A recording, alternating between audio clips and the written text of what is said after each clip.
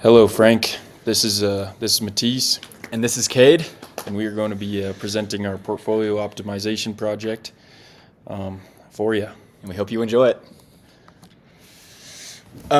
So to start, I'll just walk through my goals and objectives for my portfolio. So I had a moderate to moderately high risk tolerance, aiming for a monthly return of about 1.5, which translates to about 19.56 annually. I used a risk-free rate of 0.36.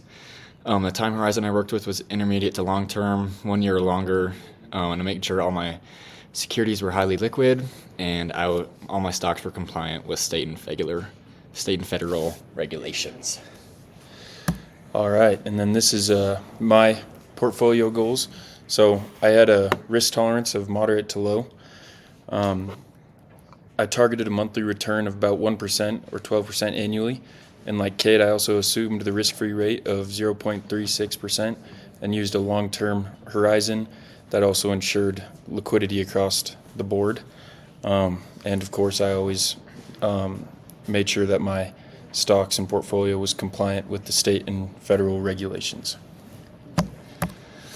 So next up is me. My strategy for stock selection was focused on quality and resilience.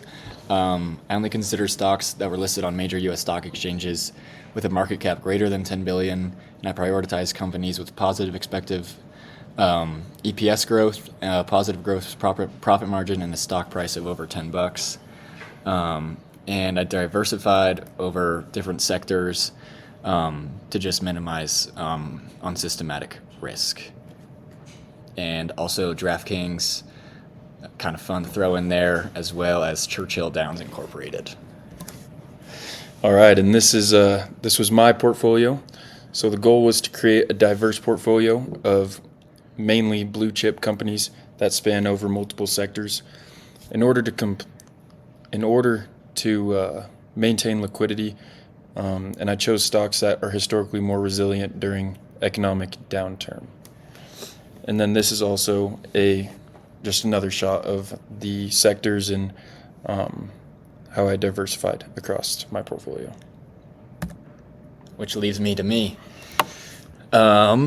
So this is my max Sharpe ratio, no restrictions. I ran this optimization with no restrictions to maximize the Sharpe ratio. And as you would expect, this heavily concentrated the portfolio into few high-performing stocks, which maximized returns but also increased risk significantly, which leads us into a 25% restriction. So this resulted in a much more balanced portfolio, which reduced risk while still maintaining a strong Sharpe ratio. Lastly, this is what I went with, was the equally weighted portfolio. This gave me the best balance between diversification and returns, avoiding the pitfalls of overconcentration that just the Sharpe ratio maximization introduced. All right, and then this was mine. So this is the maximum Sharpe ratio with no restrictions, which also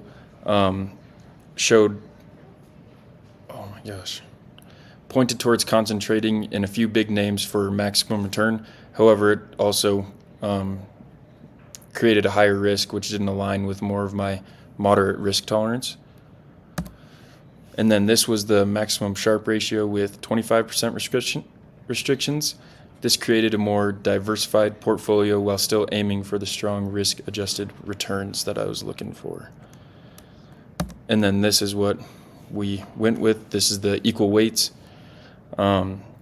Structured for the same reason Cade mentioned, just for the diversification, the balance, and reducing sector-specific shocks. Sweet. So these were the weights I went with. So this just kind of shows you the number of shares, the purchase price, and the adjusted total value. And I just shot for around 10,000 in each stock, which got me to around 100,000 total. And then these are my chosen weights. I shot for around $100,000 in each stock. You can see how many shares of each I was able to purchase, and that totaled to about $1 million, a little bit over. So this is my benchmarking for my portfolio.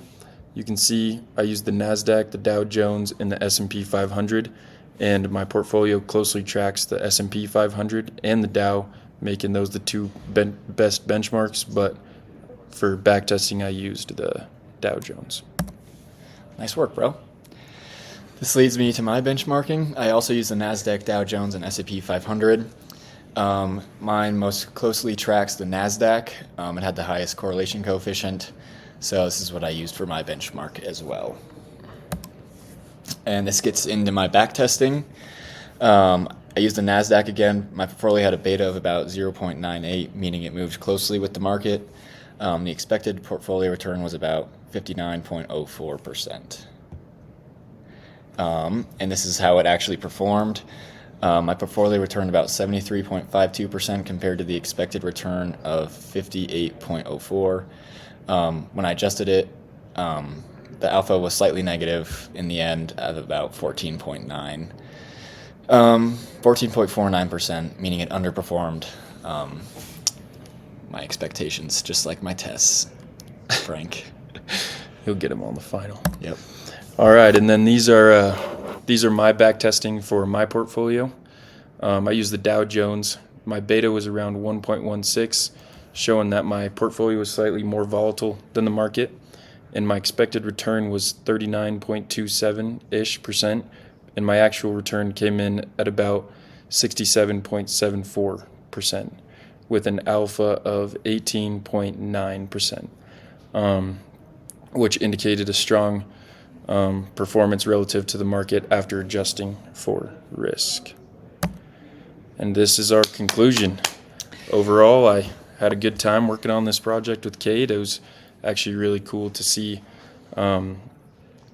building my own portfolio and running it against all these tests in the markets and being able to see how it did, and just the importance of doing your research before you throw some stocks in there. Yes, very well said. We also just kind of saw how firsthand you can optimize your portfolios in different ways. While helpful, they still kind of require some human adjustment to create portfolios that more closely align with your risk and the goals you have. But we thank you for your time. We're happy to hear any questions in class, and we will see you then. See you later, guys.